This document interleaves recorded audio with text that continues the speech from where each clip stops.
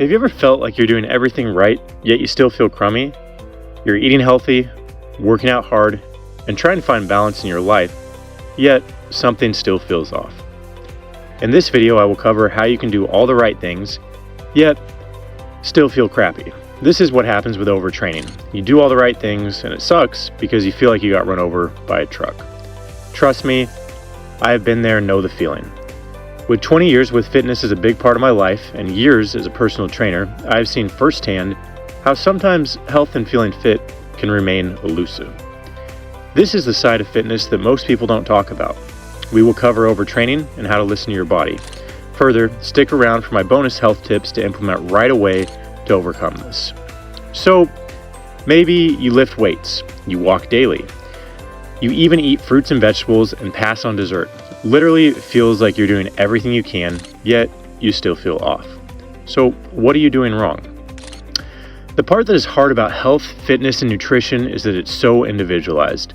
We can read what one person does for workouts, what one influencer eats for breakfast, how someone walks 30 minutes a day and loses weight. Yet, none of that may work for you.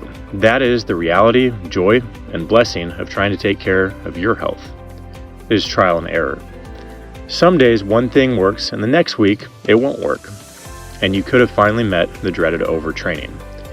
Maybe for a short time you need to scale it back a little bit. Sometimes less is more. You want to stimulate the most with the least wear and tear. I would recommend taking periodic times off or deloads in which you scale back. I will soon cover 3 main ways to deload to avoid this overtraining. Our goal is to bring practical fitness advice to everyone that you can implement right away.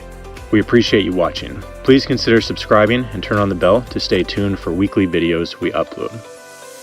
I think that in my own training, I can tend to get preoccupied with the mindset of working harder, getting sore, or simply not wanting to do less sets than I did in a previous workout. It's an easy cycle of thinking to fall into. We're inundated with videos of people on social media pushing hard, no rest days, stretching their bodies to the brink, really a constant grind culture.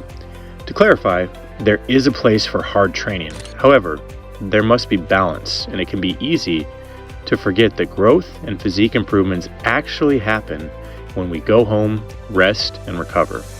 We have to rest so we don't have long, painstaking plateaus. The best remedy to break plateaus is to be smarter and listen to the cues your body gives you.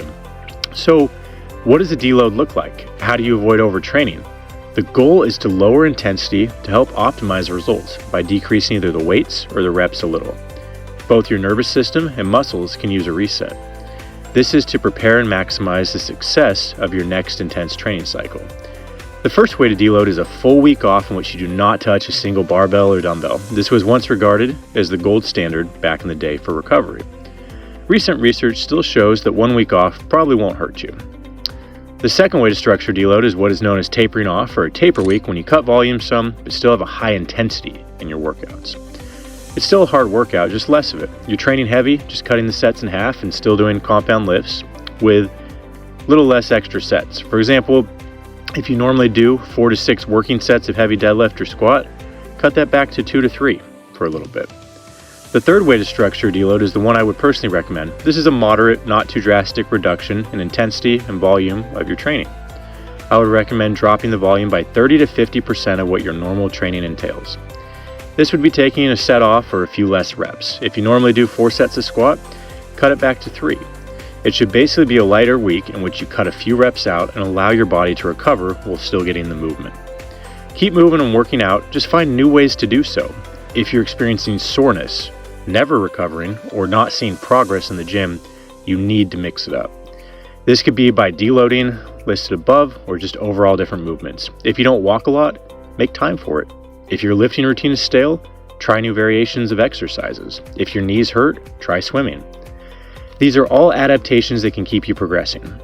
I would now suggest the following bonus tips or life changes. Let me know what you like and leave comments letting me know what you've tried or what you would add to this. The following will help you get on track or get you thinking in the right direction. First, start by cutting out alcohol. See how you feel. No study ever has shown improved fitness and health from drinking more. It makes you feel worse and hinders progress. Stop watching porn. Clear your mind and focus on working for something instead of instant gratification. If you're addicted, try a week a day, a month, evaluate, see how you feel. No judgment, just offering a suggestion. Try eating 2 to 4 eggs a day. They're packed with protein and micronutrients that fuel many functions in your body. See how you recover after workouts and if you think clearer as well. Drink water before you're thirsty. This will help you optimize water and get it before you're in dire need of hydration. Water makes up so much of your body and is crucial to your skin and vital organs functioning at top capacity. Almost nothing other than protein will have as big of an impact on your recovery as sleep will. Try to get 7 to 9 hours of sleep a night. If you don't take the time to rest, especially as you get older, your workouts will suffer. Have you ever tried workouts on a few hours of sleep, multiple days in a row? It doesn't matter what you do, they're a struggle. Make time for intentional movement even when you aren't working out. I would aim for 8 to 10,000 steps a day. Do this with walks for 10 minutes after meals, park further when going into work, take the stairs, it all adds up. Try adding push-ups daily. They're a full upper body workout, engage the core, and can wake you up if you've reached a lull in your day. Make sure to get some vitamin D and get some sun on your skin.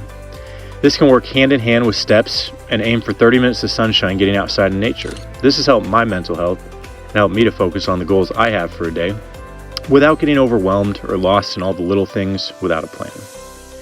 I would also recommend trying to take time to disconnect. Leave your electronics such as cell phone, tablet, iPad, or TV behind. Instead of focusing on social media, other messages, or others' lives, take the time to think through your thoughts and detach from this electronic reality.